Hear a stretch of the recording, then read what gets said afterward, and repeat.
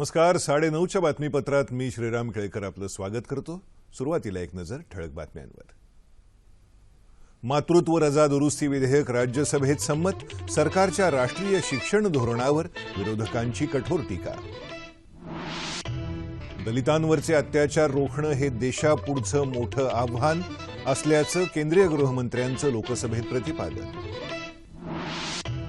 महाडच्या सावित्री नदीत बुडालेल्या राजापूर बोरिवली एसटी गाडीचा सांगाडा बाहेर काढण्यात नौदलाला यश. आर्थिक गैरव्यवहार प्रकरणी छगन भुजबळ यांच्या 90 कोटी रुपयांच्या किमतीच्या 22 मालमत्तांवर टाच. आणि रिओ ऑलिम्पिकमधला आजचा दिवसही भारतासाठी निराशाजनक. तिरंदाजी, हॉकी, बॅडमिंटन आणि मुष्टियुद्धात पराभवाची नामुष्की. पाहूया बातम्या विस्तारानं. राज्यसभेत आज मातृत्व रजा दुरुस्ती विधेयक मंजूर करण्यात आलं. या विधेयकाचा लाभ 18 लाख नोकरदार महिलांना होणार आहे, अशी माहिती श्रम आणि रोजगार मंत्री बंडारू दत्तात्रय यांनी विधेयकावरील चर्चेच्या वेळी दिली. सरकारचं नवं राष्ट्रीय शैक्षणिक धोरण जातीयवादाला आणि धंदेवाईक प्रवृत्तीला उत्तेजन देणारं असल्यानं या धोरणाचा मसुदा रद्द करावा, असं काँग्रेसचे नेते कपिल सिब्बल यांनी राज्यसभेत सांगितलं. पाठ्यपुस्तकांमध्ये सरकारनं आपली विचारसरणी घुसडली तर त्या शिक्षणाला काहीही अर्थ राहत नाही, असं सांगून सिब्बल म्हणाले की सरकारनं या धोरणाच्या बाबतीत नव्यानं सुरुवात करावी. उत्तर प्रदेशला निधी देण्याबाबत केंद्रावर उदासीनतेचा आरोप करत समाजवादी पार्टीच्या सदस्यांनी आज राज्यसभेत हौद्यात उतरून घोषणाबाजी केली. वारंवार शांत राहण्याचं आवाहन करूनही गोंधळ चालू राहिल्यानं सभापती हमीद अन्सारी यांनी सदनाचं कामकाज 12:30 वाजेपर्यंत आणि नंतर 2 वाजेपर्यंत तहकूब केलं होतं. देशाच्या विविध भागात दलितांवर झालेल्या हल्ल्यांसंदर्भात लोकसभेत आज चर्चा झाली. दलितांवरचे अत्याचार रोखणं हे आपल्या सगळ्यांसमोरच मोठं आव्हान असल्याचं केंद्रीय गृहमंत्री राजनाथ सिंह यांनी यावेळी सांगितलं. दलितोद्धारासाठी सरकार कटिबद्ध असून त्यांच्या विकासाकरता आणि सुरक्षेकरता विविध उपाययोजना केल्या जात आहेत, अशी माहिती आणि प्रसारण मंत्री व्यंकय्या नायडू यांनी लोकसभेत दिली. काँग्रेस दलितांवरच्या अत्याचाराच्या मुद्द्याचं राजकारण करत आहे. ज्या राज्यांमध्ये काँग्रेसचं सरकार आहे तिथं दलितांवरचे अत्याचार वाढले आहेत. असं असताना काँग्रेसला आज अचानक दलितांबद्दल एवढा कळवळा कसा काय आला, हे कोडच आहे, असंही नायडू म्हणाले. गेले वर्षभर नाशिक आणि त्र्यंबकेश्वर क्षेत्रात सुरू असलेल्या सिंहस्थ पर्वणीचा सांगता सोहळा मुख्यमंत्री देवेंद्र फडणवीस यांच्या प्रमुख उपस्थितीत होत आहे. कुशावर्त तीर्थस्थानावर ध्वजावतरण करत या सिंहस्थ कुंभमेळ्याचा समारोप होत आहे. साधू, महंत, साध्वी आणि भाविक मोठ्या प्रमाणात या समारोप सोहळ्यासाठी उपस्थित आहेत. गौतम ऋषींच्या पदस्पर्शानं पावन झालेल्या आणि दक्षिण काशी म्हणून ओळखल्या जाणाऱ्या नंदुरबार जिल्ह्यातील प्रकाश तीर्थक्षेत्र इथे सिंहस्थ पर्वणी सांगता सोहळा आज मोठ्या उत्साहात पार पडला. या पर्वणीतील ध्वजाचे मानकरी असलेल्यांच्या हस्ते गौतमेश्वर मंदिरावरील मानाचा ध्वज विधिवत उतरवून दुपारी गोमाई नदीत विसर्जित करण्यात आला. तत्पूर्वी सकाळी साधू, महंत आणि साध्वी यांच्या उपस्थितीत ध्वजाची भव्य मिरवणूक काढण्यात आली. या सोहळ्याला मोठ्या संख्येनं भाविक उपस्थित होते. पुढचा सिंहस्थ पर्वणीचा सोहळा 2028 मध्ये होणार आहे.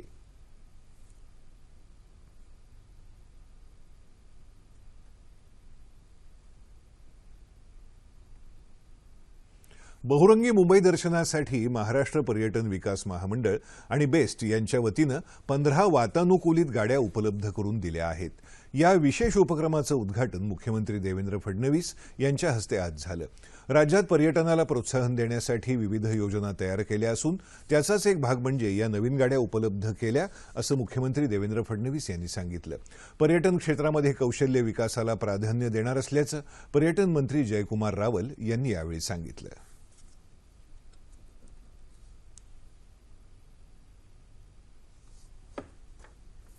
मुंबईमध्ये असलेले किल्ले, असलेले समुद्रकिनार, असलेले वास्तू संग्रहालय, लायब्ररी, एक्वेरियम, अशा अनेक गोष्टी आहेत आणि ते मुंबई दाखवण्याचा प्रयत्न करतोय.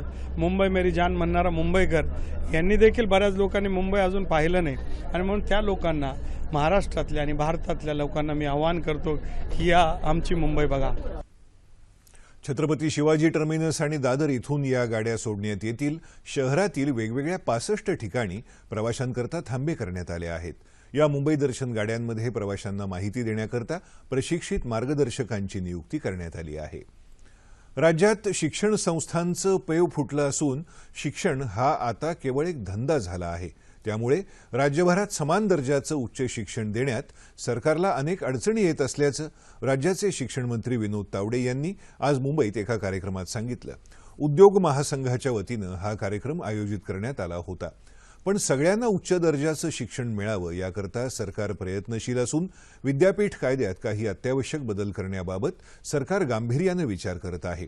इतर क्षेत्रांसाठी जसा विकास आराखडा असतो तसा तो शिक्षण क्षेत्रासाठीही हवा असं सांगून तावडे म्हणाले की शिक्षण अधिकाधिक व्यवसायाभिमुख करण्याकरता अभ्यासक्रम ठरवण्याच्या कामी उद्योग क्षेत्रानेही काही सूचना कराव्यात। शिक्षणासंबंधीच्या मूलभूत समस्या सोडवणं आवश्यक असून त्याकरता अशा प्रकारच्या परिषदा उपयुक्त ठरतील असंही तावडे यांनी स्पष्ट केलं। महाड जवळच्या सावित्री नदीवरील पूल दुर्घटनेच्या आजच्या 9व्या दिवशी राजापूर बोरिवली या एसटी बसचा सांगाडा काढण्यात नौदलाच्या शोधकार्याला यश मिळालं।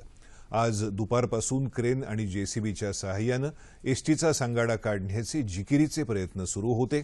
या एसटी बसच्या सांगाड्यात मात्र कोणताही मृतदेह सापडला नाही अशी माहिती आमच्या प्रतिनिधीनं दिली आहे। नौदलाच्या 3 बोटींकडून शोधकार्य सुरू असताना अपघात स्थळापासून 150 ते 200 मीटर्स अंतरावर एसटी बसचा सांगाडा खोल पाण्यात आढळला असल्याची माहिती नौदलाच्या वरिष्ठांनी प्रशासनाला दिली होती। त्यानंतर क्रेनचा वापर करून हा सांगाडा काढण्याचे प्रयत्न सुरू झाले। कोल्हापूर रत्नागिरी मार्गावरच्या पंचगंगा नदीवरच्या शिवाजी पुलाची कालमर्यादा संपून 25 वर्षे उलटली। या ठिकाणी बांधण्यात येत असलेल्या पर्यायी पुलाचं बांधकाम 2.5 वर्षांपासून रखडल्यानं नागरिकांना जीव मुठीत धरून या पुलावरून प्रवास करावा लागतोय। दगडी बांधकाम केलेला पंचगंगा नदीवरचा हा शिवाजी पूल तब्बल 139 वर्ष जुना आहे। या पुलाची कालमर्यादा संपली असतानाही इथं धोकादायक स्थितीत वाहतूक सुरू आहे। केंद्र सरकारच्या निधीतून या ठिकाणी पर्यायी पुलाचं बांधकाम 80% पूर्ण झालं आहे। मात्र काही तांत्रिक अडचणींमुळे गेल्या 2.5 वर्षांपासून बांधकामही रखडलं आहे। यातच भर म्हणून या पुलाच्या पश्चिमेकडची संरक्षक भिंत कोसळल्यानं बांधकामाला धक्का पोहोचून पुलाचं भवितव्य अडचणीत सापडलं आहे। नवीन जो पूल बांधण्यात आलेला आहे याबाबत सार्वजनिक बांधकाम विभाग बेकायदेशीर व्यवहारामुळे हा पूल गेली 6 वर्ष रखडलेला आहे। त्यामुळे या सरकारनं तात्काळ याबाबत उपाययोजना करायला पाहिजे। लोकांच्या जीविताची संरक्षण करावे अशी आमची मागणी आहे। हा पूल वाहतुकीसाठी धोकादायक असल्याचं पत्र लंडनवरून 6 वर्षांपूर्वी सार्वजनिक बांधकाम विभागाला पाठवण्यात आलं होतं। मात्र हे पत्र गहाळ झालं आहे। यावरून शासनाचा भोंगळ कारभार समोर आला आहे। एकीकडे धोकादायक स्थितीतला शिवाजी पूल आणि दुसरीकडे पर्यायी पुलाचं रखडलेलं बांधकाम, यामध्ये नागरिकांचा जीव मात्र टांगणीला लागला आहे।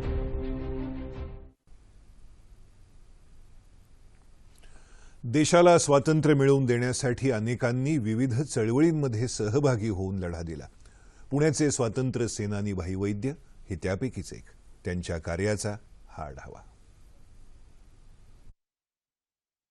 पुण्यातले स्वातंत्र्य सैनिक भाई वैद्य वयाच्या 88व्या वर्षीही अत्यंत सक्रिय व्यक्तिमत्व। MAPTचं उच्च शिक्षण घेतलेल्या भाई वैद्य यांनी 1942च्या चळवळीत भाग घेतला होता। स्वातंत्र्यानंतरही ते राजकीय तसंच सामाजिक कार्य करत राहिले। 1974-75 या काळात त्यांनी पुण्याचं महापौरपद भूषवलं। गोवा मुक्ती संग्रामात 2ऱ्या तुकडीचं नेतृत्वही केलं होतं। 1978-79 साली ते राज्याचे गृहमंत्री होते। 1957च्या निवडणुकीमध्ये काँग्रेस जवळजवळ पराभूत झाली आणि त्यांनी इतका धसका घेतला की शेवटी 1960 मध्ये त्यांना संयुक्त महाराष्ट्र निर्माणच करावा लागला। संयुक्त महाराष्ट्र झाला याच्याबद्दल माझ्या मनामध्ये फार मोठं समाधान आणि आनंद आहे। सध्या ते सोशल पार्टी ऑफ इंडियाचे राष्ट्रीय अध्यक्ष आहेत। त्यांना अद्यापही सरकारकडून निवृत्ती वेतन मिळत आहे। देशासाठी लढा देणाऱ्या अशा स्वातंत्र्य सैनिकांना पाहून नवीन पिढीला सतत प्रेरणा मिळत राहील। देशाच्या स्वातंत्र्य लढ्यात पुरुषांबरोबर काही स्त्रियाही सहभागी झाल्या होत्या। त्यापैकीच एक लीलाताई मर्चंट। त्या काळी महिलांवर असलेली सामाजिक बंधनं विचारात घेतली तर लीलाताईंचा सहभाग निश्चितच प्रेरणादायी ठरतो। पाहूया त्यांच्या या लढ्याचा हा वृत्तांत. पुण्यातल्या तळेगाव ढमढेरे इथं शालेय शिक्षण घेतलेल्या स्वातंत्र्य सैनिक श्रीमती लीलाताई मर्चंट यांना माहेरूनच सामाजिक कार्याचा वारसा लाभला होता. जैन समाजात त्या काळी क्वचितच स्त्रिया समाजकार्यात राजकारणात आढळायच्या. मात्र त्यांना या कार्यात पतीचा पाठिंबा मिळाला. 1942 साली भूमिगत राहून त्यांनी स्वातंत्र्य चळवळीत सहभाग घेतला होता. 1972 साली पुण्यातून आमदार म्हणून त्या निवडून आल्या होत्या. पुणे महानगरपालिकेत 2 वेळा नगरसेविका म्हणूनही त्यांनी काम केलं होतं. मला त्यावेळेला काम करायला त्यांनी संधी दिली. यशवंतराव चव्हाणांनी, वसंतराव नाईकांनी वगैरे मी सगळ्यांच्या बरोबर कामं केलेली आहेत. मला त्या लोकांनी खूप चांगली साथ दिली. स्वातंत्र्य सैनिक म्हणून सरकारकडून त्यांना अजूनही निवृत्ती वेतन मिळत आहे. विविध स्वातंत्र्य चळवळीत सहभागी होत या स्वातंत्र्य सेनानींनी आजच्या युवकांसमोर एक आदर्श ठेवला आहे. आर्थिक गैरव्यवहार केल्याप्रकरणी सध्या सक्तवसुली संचालनालयाच्या कोठडीत असलेले राष्ट्रवादी काँग्रेसचे नेते छगन भुजबळ यांच्या अडचणीत आणखी वाढ झाली आहे. आज सक्तवसुली संचालनालयानं नाशिक आणि मुंबई इथल्या भुजबळांच्या मालकीच्या जवळपास 22 मालमत्तांवर टाच आणली. या मालमत्तांची एकूण किंमत जवळपास 90 कोटी रुपये असल्याचं पीटीआयच्या बातमीत म्हटलं आहे. याआधीही भुजबळांच्या काही मालमत्ता जप्त करण्यात आल्या आहेत. आता भुजबळांची जप्त केलेली एकूण संपत्ती 433 कोटी रुपये झाली आहे. केंद्र शासनाकडून तब्बल 30 वर्षांनंतर राष्ट्रीय शैक्षणिक धोरण ठरवण्यात येत आहे. त्याकरता प्रत्येक राज्याकडून नागरिकांच्या मतांच्या आधारावर मसुदा मागवण्यात आला आहे. आपल्या राज्याच्या मसुद्यातल्या तरतुदी आणि आवश्यक सुधारणांविषयी चर्चा करण्यासाठी शिक्षणतज्ञ मुकुंद आंधळकर आज आपल्या स्टुडिओत आले आहेत. सर नमस्कार. नमस्कार. बातमीपत्रात आपलं स्वागत. सर, आपण बघितलं की आज संसदेतही हा शिक्षणाचा मुद्दा आला. त्यानंतर आपले शिक्षण मंत्री विनोद तावडे, त्यांची आपण बातमी दाखवली, त्याच्यातही त्यांनी हा मुद्दा घेतला होता. राष्ट्रीय शिक्षण धोरणाचा हा जो प्रस्तावित आराखडा आहे यातल्या ठळक तरतुदी आपण सुरुवातीला बघूया. पहिली महत्त्वाची गोष्ट अशी की तब्बल 30 वर्षानंतर हा राष्ट्रीय शैक्षणिक आराखडा जाहीर झाला आहे. किंबहुना देशामध्ये शिक्षणाचं प्रमाण वाढीस लागावं, सर्वांना शिक्षण मिळावं हा याचा प्रमुख उद्देश आहे. अजूनही आपल्याकडली 26% विद्यार्थी संख्या शाळाबाहेर आहे आणि अशा प्रचंड प्रमाणावर जे विद्यार्थी शाळाबाहेर आहेत त्यांना शाळेत आणावं, त्यांना सातत्यपूर्ण गुणवत्तापूर्ण शिक्षण द्यावं, प्रौढांनाही शिक्षण मिळावं आणि त्यासाठी कुशल व मार्गदर्शक तज्ज्ञ शिक्षक उपलब्ध व्हावेत. प्रशिक्षित मनुष्यबळ म्हणजे शिक्षक वर्ग तयार करण्यात यावा आणि शिक्षणातील गळती थोपवावी. याचबरोबर आणखी एक महत्त्वाचं उद्दिष्ट ठरवण्यात आलं आहे की तंत्रशिक्षणाचा प्रचार व तंत्रशिक्षणाच्या माध्यमातून शिक्षणाचा प्रसार ही प्रमुख उद्दिष्टे यासमोर ठेवलेली आहे. 25% शाळा त्यांना व्यवसायाभिमुख बनवायच्या आहेत आणि अशा प्रकारची प्रमुख उद्दिष्ट समोर ठेवून यांच्याबरोबरच दलित, वंचित, आदिवासी पाड्यावरील विद्यार्थी या सर्व शिक्षकांना, विद्यार्थ्यांना शिक्षणाच्या मुख्य प्रवाहात कसं सामावून घेता येईल याचे प्रयत्न या शैक्षणिक आराखड्यामध्ये नोंदवलेले आहेत. व यासाठी शाळांची नेमकी गरज कुठे आहे यासाठी एक रोडमॅप तयार करण्यासाठी समिती बसण्याचं ठरवण्यात आलेलं आहे. त्यामुळे देशभर निश्चित ठिकाणी शाळा उपलब्ध होतील, सर्व विद्यार्थ्यांना शिक्षण मिळेल अशी यामागची भूमिका. बरोबर आहे आंधळकर सर. आता ही आपण उद्दिष्ट सांगितलीत की इथपर्यंत आपल्याला आपल्या नागरिकांना घेऊन जायचंय, पण हे उद्दिष्ट साध्य करण्यापुढे मोठी आव्हानं आहेत, त्याबद्दल सांगा. निश्चितच आव्हानं आहेत, कारण कुठलीही यंत्रणा राबवायची म्हटल्यावर त्यासमोर आव्हानही असणारच.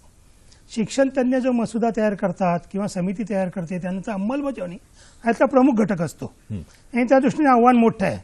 आपला भारत देश तसं पाहिलं तर अजून विकसनशील देश आहे आणि या विकसनशील देशासमोरचे प्रश्न विविध आहेत आणि आपल्या भारतामध्ये विविधताही भरपूर आहे. म्हणजे अगदी वाळवंटातील शिक्षण घेण्यापासून आपल्या जंगलातील शिक्षणापर्यंत, वस्तीपाड्यावरील शिक्षणाबद्दल किंवा ऊसतोडकाम करणाऱ्या विद्यार्थ्यांना, मुलांना मिळणाऱ्या शिक्षणाबाबत अशी विविधता आपल्याला आढळते आहे.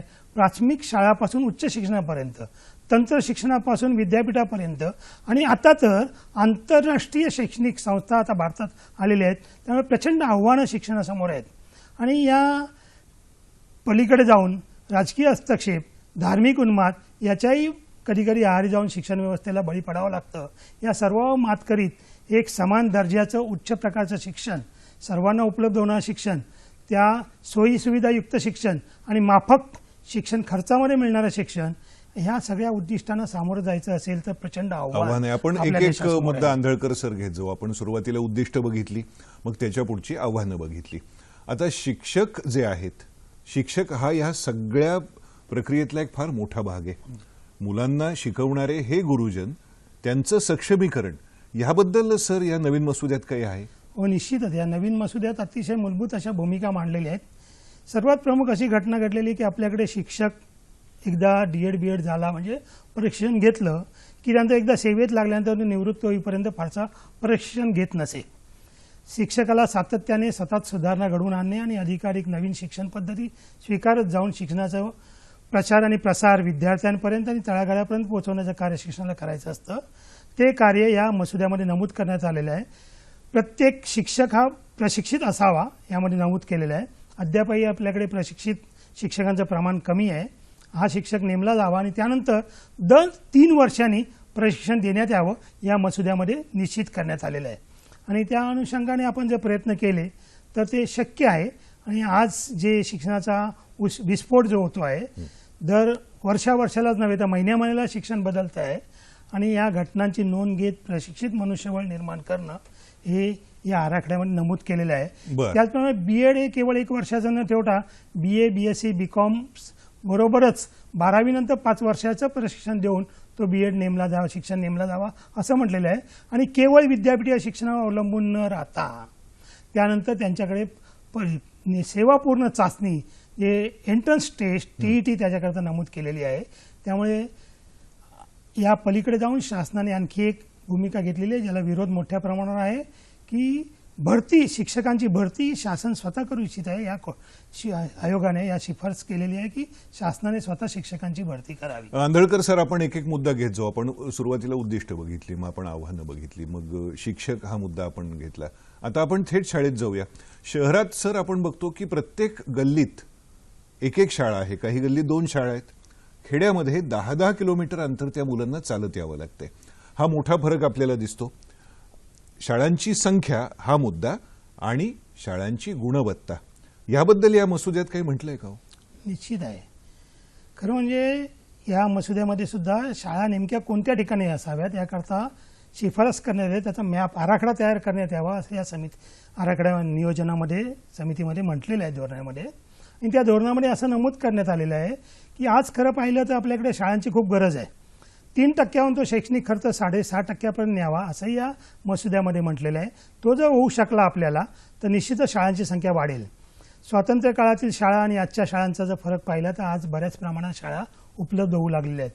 3 किलोमीटर अंतरावर प्राथमिक शाळा असाव्यात, 5 किलोमीटरपर्यंत माध्यमिक शाळा असाव्यात व 10 किलोमीटरच्या परिसरामध्ये उच्च शिक्षण देणारी महाविद्यालयात असावीत असं मानण्यात आलेलं आहे. आणि ते जर आपण करू शकलो तर शिक्षणाचा प्रचार आणि प्रसार अत्यंत चांगल्या प्रकारे होईल असं मला वाटतं.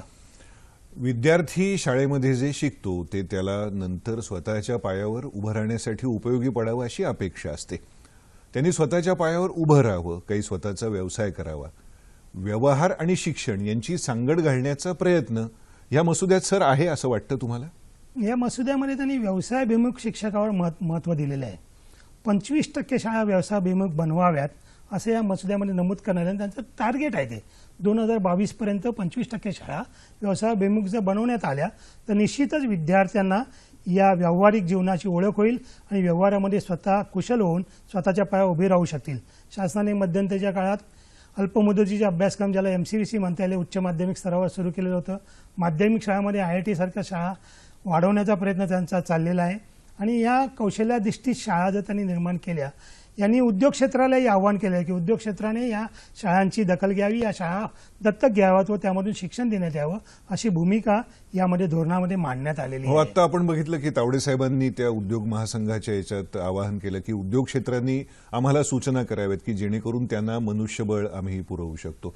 आंधळकर सर, आता मी तुम्हाला जो प्रश्न विचारणार आहे तो पालकांच्या चष्म्यातून विचारणार आहे. शाळा उभ्या राहिल्या, त्याच्यात चांगले शिक्षक आले, खेड्यापाड्यात शाळा उभ्या राहिल्या, पण सर सर्वांना परवडेल अशी शिक्षण पद्धती आपण देऊ शकतो का? खरं पाहिलं ते अवघड आहे. कारण भारतासारख्या देशामध्ये जो विकसनशील देश आहे त्याच्यावरचा खर्च आपल्याला कमी आहे, देशावर प्रचंड मोठं कर्ज आहे आणि प्रत्येक राज्य जवळजवळ कर्जात बुडालेले आहे. अशा स्थितीमध्ये सर्वांना शिक्षण राष्ट्रीय स्तरावर समान खर्चामध्ये देता येणं अवघड आहे. आपल्या धोरणही शासनाचं असं आहे की शासकीय शाळांप्रमाणेच खाजगी शाळांनाही उत्तेजन देण्याचं धोरण आहे. त्याचा फायदाही काही ठिकाणी होत असतो आपल्याला आणि तो फायदा घेण्याच्या दृष्टीने आता खाजगी शाळा, खाजगी महाविद्यालय, खाजगी विद्यापीठं अशा स्वरूपात वाढ आपण करतो आहोत. तर सर्वांना परवडेल अशा प्रकारचं शिक्षण आपल्या देशामध्ये शक्य होईल असं मला आत्ता सध्या तरी नजीकच्या भविष्यकाळामध्ये दिसत नाही. जर राष्ट्राने असं धोरण स्वीकारलं की सर्वांना सक्तीचं शिक्षण देण्यात यावं व सर्व खर्च शासनाने उचलावा तर जे शक्य आहे, अन्यथा हे मला आजच्या घडीला तरी अवघड वाटतं. ही खरी म्हणजे भारतासारख्या विकसनशील देशाला गंभीर अशी समस्या आहे आणि त्यामुळेच विषमता वाढीस लागलेली आहे आणि प्रचंड प्रमाणावर या शिक्षण पद्धतीवर सातत्याने असंतोष, असमाधान व्यक्त केलं जात आहे. उच्च दर्जाच्या शाळा या प्रचंड प्रमाणात फी आकारत आहेत, महाविद्यालय प्रचंड फी घेत आहेत, पण याच्यावर नागरिकांच्या हातात काहीही हातात राहिलेलं नाही. आंधळकर सर, आता ह्या मुलाखतीच्या समारोपाला मला महात्मा ज्योतिरावांचे शब्द आठवत आहेत. ते असं म्हणायचे की शिक्षण हा माणसाचा तिसरा डोळा आहे. आता नवीन जी पिढी घडणार आहे ती हा तिसरा डोळा घेऊन येणार आहेच, पण ती नुसती साक्षर होऊन उपयोग नाही, ती सुशिक्षित आणि त्याहीपेक्षा ती सुसंस्कृत व्हायला हवी, तरच हा मसुदा खऱ्या अर्थाने उपयोगी आला असं म्हणता येईल. आपण इथे येऊन याबद्दल माहिती दिलीत, आपले मनपूर्वक आभार. धन्यवाद. नव्या राष्ट्रीय शैक्षणिक मसुद्याविषयी आपण चर्चा केली शिक्षण तज्ज्ञ आणि निवृत्त प्राचार्य मुकुंद आंधळकर यांच्याशी. वळूया पुढच्या बातमीपत्राकडे. नवीन शैक्षणिक धोरणात खासगीकरण करण्याचा केंद्र सरकारचा डाव असल्याचा आरोप करत समाजवादी संघटनांनी या धोरणाला विरोध केला आहे. राष्ट्र सेवा दल, छात्र भारती, शिक्षक भारतीच्या वतीनं या धोरणाविषयी आज परिसंवादाचं आयोजन करण्यात आलं होतं. बहुजन समाजातली मुलं शिक्षणापासून वंचित राहू नयेत याकरता KG to PG पर्यंत संपूर्ण शिक्षण मोफत द्यावं आणि सरकारनं याची पूर्ण जबाबदारी घ्यावी असं मत ज्येष्ठ समाजवादी नेते भाई वैद्य यांनी व्यक्त केलं. आमदार कपिल पाटील, किशोर दरक, श्रीधर लोणी तसंच शिक्षण क्षेत्रातले मान्यवर यावेळी उपस्थित होते. ग्रामीण भागातील रस्ते कृषी अर्थव्यवस्थेचा कणा आहे. हे रस्ते व्यवस्थित करण्यासाठी 23,000 कोटी रुपये खर्च अपेक्षित आहे आणि हे काम 2019 पर्यंत पूर्ण करू असा विश्वास वित्तमंत्री सुधीर मुनगंटीवार यांनी व्यक्त केला. पुण्यात आयोजित पत्रकार परिषदेत आज ते बोलत होते. राज्यातील सेवा आणि उत्पादन क्षेत्रात आपण निश्चित प्रगती केली आहे. आता पायाभूत सुविधा वाढवण्यावरही भर देणार असल्याचं मुनगंटीवार यांनी सांगितलं. भांडवली गुंतवणूक दरवर्षी 4,000 कोटी रुपये वाढवण्याचं उद्दिष्ट सरकारनं ठेवलं आहे. सर्वपक्षीय नेत्यांच्या विचारमंथनातून आर्थिक व्यवस्थेची घडी नीट करणारा अमृत कलश म्हणजे GST असल्याचं मुनगंटीवार म्हणाले. सिंधुदुर्ग जिल्ह्यातील शेर्ले गावाला रस्ता नसल्यामुळे ग्रामस्थांना नदीतून होडी मार्गाने वाहतूक करावी लागत आहे. परंतु सावित्री नदीतील दुर्घटनेनंतर आता नौवहन मंडळानं होडी सेवा अनधिकृत ठरवली आणि बंद करण्याच्या सूचना दिल्या. आता होडी मार्ग बंद झाला तर गावाचा संपर्क तुटणार. त्यामुळे शेर्ले ग्रामस्थांपुढे रस्त्याची मोठी समस्या निर्माण झाली आहे. सिंधुदुर्ग जिल्ह्यातील सावंतवाडी तालुक्यातील बांद्याजवळचं 1,000 लोकवस्तीचं शेर्ले गाव. गावाला तीनही बाजूने वेढलंय तेरेखोल नदीनं. एका बाजूला केवळ पायवाट. शेर्ले गावकऱ्यांना बाजारहाट, शाळा, महाविद्यालय, वैद्यकीय सेवा यासाठी जावं लागतं बांद्याला. त्यामुळे सगळे गावकरी होडीमार्गे बांद्याला येतात. वास्तविक या गावाला जोडणाऱ्या पुलाचं भूमिपूजन 1999 मध्ये झालं होतं, पण त्यानंतर पुढे काम झालं नाही. पूल बांधला जात नसल्यामुळे ग्रामस्थ एकत्र आले. होडी खरेदी करून त्यांनी ही सेवा सुरू केली. होडी गावातले लोकच चालवतात. उन्हाळ्यात या नदीवर बांबूचा साखव ग्रामस्थांनीच बांधला. मात्र आता होडी मार्ग बंद करण्याची सूचना आल्यामुळे शेर्ले ग्रामस्थांपुढे मोठी समस्या निर्माण झाली आहे. बांदा ते शेर्ले हा पूल त्वरित बांधावा अशी गावकऱ्यांची मागणी आहे. बातमी क्रिकेटची. वेस्ट इंडिज विरुद्धच्या तिसऱ्या क्रिकेट कसोटीत आज तिसऱ्या दिवसाचा खेळ पावसामुळे सुरू होऊ शकला नाही.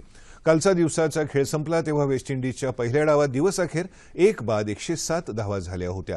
अश्विन आणि वृद्धिमान साहा यांच्या चमकदार शतकांमुळे भारताला पहिल्या डावात 353 धावांपर्यंत मजल मारता आली. अश्विननं आपल्या कारकिर्दीतलं चौथं शतक झळकावत 118 धावांची तर साहानं आपलं पहिलं शतक नोंदवत 104 धावांची महत्त्वपूर्ण खेळी केली. या जोडीनं तब्बल 213 धावांची महत्त्वपूर्ण भागीदारी रचली. वेस्ट इंडिजतर्फे जोसेफ आणि कमिन्स यांनी प्रत्येकी 3 बळी मिळवले. क्रिकेटनंतर जाऊया रिओला. रिओ ऑलिम्पिकमध्ये एकेरी बॅडमिंटन प्रकारात भारताच्या सायना नेहवाल आणि पी.व्ही. सिंधूनं आज विजयी सलामी दिली. सायना नेहवालनं ब्राझीलच्या व्हिसेंटचा 21-17, 21-17 असा पराभव केला, तर सिंधूनं हंगेरीच्या लॉरा सरोसीचा 21-8, 21-9 अशा सरळ सेटमध्ये पराभव केला. महिला दुहेरी बॅडमिंटन स्पर्धेत मात्र भारताच्या ज्वाला गुट्टा आणि अश्विनी पोनप्पा या जोडीला पराभवाचा सामना करावा लागला. मत्सुतोमो ताकाहाशी या जोडीने 21-15 आणि 21-10 असा विजय मिळवत ज्वाला पोनप्पा जोडीचा पराभव केला. पुरुष गटात के श्रीकांतचाही आज सामना होणार आहे. तिरंदाजीमध्ये भारतीय खेळाडूंचं आव्हान संपुष्टात आलं. महिला एकेरी तिरंदाजी स्पर्धेत आज मुंबईला देवी आणि दीपिका कुमारी उपउपांत्यपूर्व फेरीत पराभूत झाल्या. तैपेईच्या या तिंग ताननं दीपिका कुमारीला 6-0 असं हरवलं, तर मेक्सिकोच्या एलेजांद्रा विरुद्ध मुंबईला देवीला 6-2 असा पराभवाचा सामना करावा लागला. मुष्टियुद्ध स्पर्धेत 56 किलो गटात शिवा थापाला पहिल्याच फेरीत पराभवाला सामोरं जावं लागल्यानं तो आता स्पर्धेतून बाहेर गेला आहे. पुरुषांच्या हॉकी सामन्यात नेदरलँडकडून भारताचा 2-1 असा पराभव झाला. महिला हॉकी तसंच गोल्फच्या एकेरी आणि दुहेरी स्पर्धाही होणार आहेत. क्रीडा वृत्तानंतर एक नजर हवामानावर. आज राज्यात बऱ्याच ठिकाणी पावसानं विश्रांती घेतली. कोकण आणि मध्य महाराष्ट्रात तुरळक ठिकाणी मुसळधार पाऊस झाला, तर मराठवाडा आणि विदर्भात तुरळक पाऊस झाला. जालना परिसरात सकाळपासून ढगाळ वातावरण होतं, मात्र पाऊस झाला नाही. उस्मानाबाद, लातूर, अमरावती, बुलढाणा, नागपूर इथं पावसानं विश्रांती घेतली. सिंधुदुर्ग जिल्ह्यात अधूनमधून श्रावणसरी आल्या. येत्या 24 तासात कोकण, मध्य महाराष्ट्र, विदर्भ आणि मराठवाड्यात तुरळक पाऊस होईल अशी शक्यता हवामानशास्त्र विभागानं वर्तवली आहे. आणि आता तापमान अंश सेल्सिअसमध्ये. मुंबई कमाल 31, किमान 25. नागपूर 32 आणि 24. पुणे कमाल 27, किमान 23. औरंगाबाद 28 आणि 23.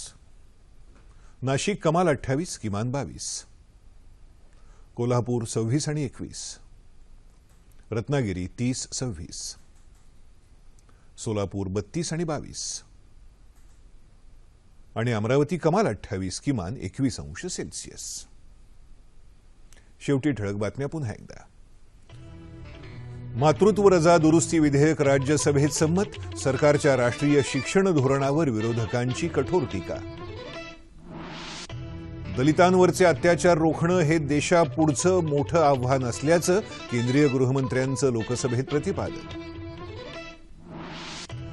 महाडच्या सावित्री नदीत बुडालेल्या राजापूर बोरिवली एसटी गाडीचा सांगाडा बाहेर काढण्यात नौदलाला यश. आर्थिक गैरव्यवहार प्रकरणी छगन भुजबळ यांच्या 90 कोटी रुपये किमतीच्या 22 मालमत्तांवर टाच. आणि रिओ ऑलिम्पिकमध्ये भारताला दिलासा. बॅडमिंटनमध्ये सायना नेहवाल आणि पी.व्ही. सिंधू यांची विजयी सलामी. याबरोबरच हे बातमीपत्र संपलं. तेव्हा पुन्हा भेटूया उद्या सकाळी 8:30 वाजता आपल्या सह्याद्री वाहिनीवर. नमस्कार.